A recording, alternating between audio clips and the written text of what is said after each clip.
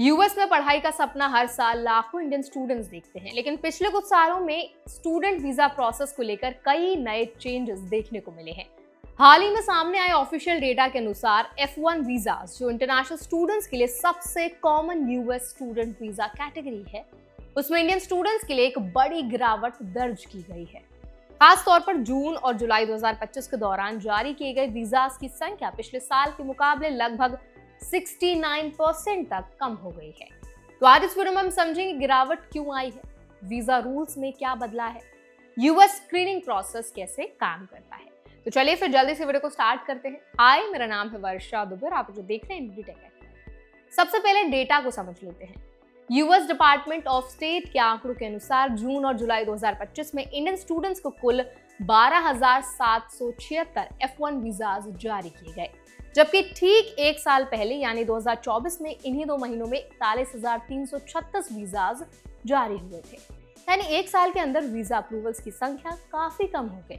ये समय इसीलिए भी इम्पोर्टेंट माना जाता है क्योंकि अमेरिका की यूनिवर्सिटीज में फॉल सेमेस्टर आमतौर पर अगस्त या सितंबर में शुरू होता है, इसलिए जून और जुलाई में वीजा इशुएंस आमतौर पर सबसे ज्यादा होती है।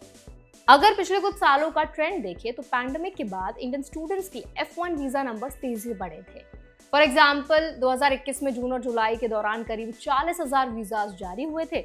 इसके बाद 2022 में ये संख्या बढ़कर लगभग 62,000 पहुंच गई और 2023 में तो ये लगभग 72,000 के आसपास पहुंच गई थी। लेकिन इसके बाद धीरे धीरे गिरावट शुरू हुई और 2025 में संख्या काफी नीचे आ गई। इस गिरावट के पीछे कुछ पॉलिसी चेंजेस और एडमिनिस्ट्रेटिव डिसीजंस को वजह माना जा रहा है। 2025 के दौरान यूएस एडमिनिस्ट्रेशन ने स्टूडेंट वीजा प्रोसेस में कुछ एक्स्ट्रा स्क्रीनिंग मेजर्स लागू किए। इसी दौरान कुछ हफ्तों के लिए स्टूडेंट वीजा इंटरव्यू अपॉइंटमेंट्स को टेम्पररी पॉज भी किया गया था। ये पॉज मई के अंत से शुरू हुआ और जून के मिड में दोबारा इंटरव्यू शुरू किए गए, क्योंकि ये समय वीजा सीजन का सबसे इम्पोर्टेंट दौर है। इसीलिए इस पॉज का असर वीजा नंबर्स पर दिखाई दिया। इसके अलावा वीजा स्क्रीनिंग प्रोसेस में सोशल मीडिया वेरिफिकेशन को भी ज्यादा सख्त किया गया। यूएस अथॉरिटीज ने एप्लीकेंट से कहा कि वो अपने सोशल मीडिया अकाउंट्स की प्राइवेसी सेटिंग्स को पब्लिक करें ताकि वेरिफिकेशन आसान हो सके। साथ ही वीजा एप्लीकेशन में पिछले 5 सालों में इस्तेमाल किए गए सभी सोशल मीडिया हैंडल्स की जानकारी देना भी जरूरी किया गया। ये रिक्वायरमेंट वीजा वेटिंग को मजबूत बनाने के लिए लागू की गई थी। अब यहाँ एक इम्पॉर्टेंट लीगल पहलू समझना जरूरी है। यूएस इमिग्रेशन लॉ के तहत सरकार को वीजा सिक्योरिटी स्क्रीनिंग को मजबूत करने का अधिकार होता है। इसका मतलब ये है कि background verification, digital footprint review और एडिशनल चेक्स जैसे कदम लीगली पॉसिबल है। लेकिन साथ ही एप्लीकेंट्स को भी कुछ राइट्स और प्रोटेक्शंस मिलते हैं। फॉर एग्जाम्पल, अगर किसी स्टूडेंट का वीजा एप्लीकेशन एडमिनिस्ट्रेटिव प्रोसेसिंग में जाता है तो उसे केस स्टेटस चेक करने और एडिशनल डॉक्यूमेंट्स जमा करने का मौका मिलता है। 2025 के दौरान एक और घटना चर्चा में रही थी।